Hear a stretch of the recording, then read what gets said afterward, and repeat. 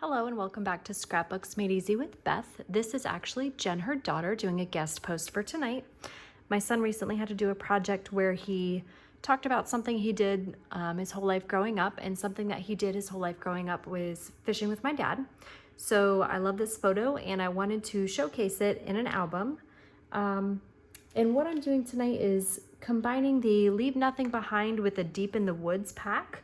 I had a little bit of scraps from both of them, and I wanted to use some scraps tonight to show you a cool way that we can use those up so they're not just sitting there, and we don't always have to open a new pack of paper. So I'm going to set this aside. I found a couple of colors that kind of coordinated together, and I'm going to do it an easy way rather than cutting each piece individually.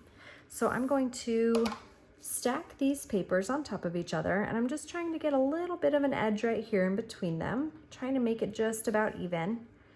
I'm going to play with my colors a little bit. I'm going to make sure I like the pattern. I've played around with this a little bit off camera and decided I kind of like this lighter than darker, you know, a solid, a pattern, and then we get back to a little bit more of a solid. So what I'm going to do is those look about even to me. They don't have to be perfect. I'm going to go ahead with my repositional tape runner, and I'm going to tape these down to one another. So I'm just going to hold right here and peel up a corner. Put a little bit of sticky down, peel up another corner, a little bit of my tape runner, and I'm going to continue doing that until I get to my bottom piece. And I'm just putting a little bit underneath here. Then what I'll do is take these corners and using my trimmer, I'm going to follow this 45-degree line here. And I want this piece to go as far as I can to my shortest edge possible. I'm going to line them up on this line here to make sure it's perfect. That's about as far as I can go with this one. Now, I do have 5 pieces of paper down. Usually we only like to do about 3 at a time. So I'm gonna go over it a few times with my blade just to make sure we go through all of the layers. And now these should all still be stuck together. Perfect. So those are going to go. I just have a plain, this is actually gray, but it went well with this gray that's in these leaves. A plain gray paper. This is going to go up at the top corner over here. Now we're going to do the same thing again, but we want it to be a smaller chunk. We don't want it to be as wide as this one. So I'm going to turn these. I'm going to mix up my pattern a little bit. Again, I'm just using some leftover pieces, so these are going to work for us. I'm going to put this one at the bottom this time. I'll follow it with this one. Let's see how these look.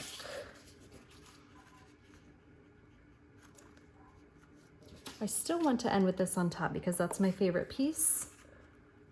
So I'll probably go this route this time. And this one's going to be quite a bit smaller. I'm gonna have to use that chunk right there. So again, I'm going to kind of just arrange them by eyeball and tape them down to one another.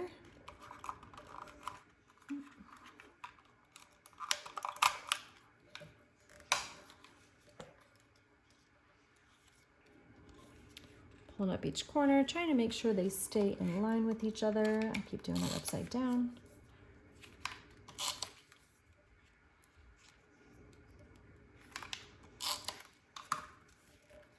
We're going to, again, take this to our 45-degree line and make another cut. I'm not necessarily going to, I'm gonna fold this guy back. Not necessarily measuring anything here because we just wanna make sure it's smaller than the other one. So we're gonna go, last time we went to this line, this time I'm gonna go a little bit shorter. Again, we have quite a bit of paper here, so I'm gonna make a couple of passes. Just to make sure we get a nice clean cut. We don't want to have to do that twice. I'm going to put all my scraps to the side. And we have yet another piece that coordinates with this one. And I'm going to stick it down here. I'm not going to go all the way to the bottom. That's just a personal preference. So now we will stick these 2 down.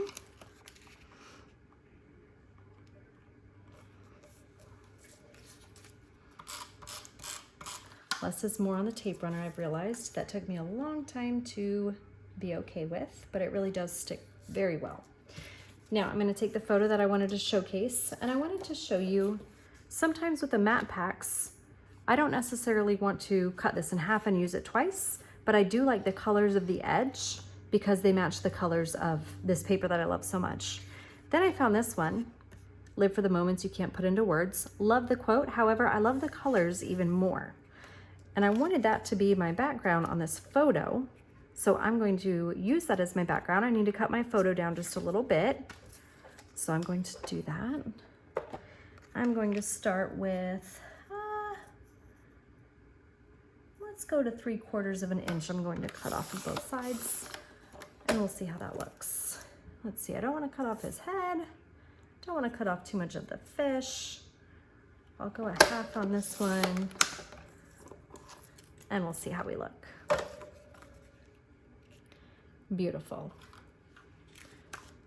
So I'm going to put those down. You can see this one was already used on a project. That's why I love the repositional tape runner. If you haven't used it, these just wipe right off if you need them to.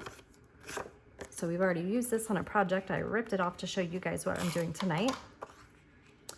And we'll put that in the middle. And we'll tape this down. Here's where you could come in with either a larger photo to take up more space. You could do these bigger if you want them coming behind the picture. You could have a couple of more photos and you could have one up here. You could pull another one down here, put your embellishments. I have a couple of embellishments and I personally love writing and journaling on my albums. I don't necessarily like my handwriting, but I know one day my kids are going to appreciate my handwriting and having it on paper. So I am going to give myself a little journaling spot. Again, this came with the pack. So I'll put that down here. And I might have a title up here or some type of embellishment. Either way, I like using up all of my scraps to not have those all piling up around. So I hope you enjoyed this one. If you have any feedback, let me know. As always, you can find all these products on creativememories.com/user/Beth. And I hope you enjoyed.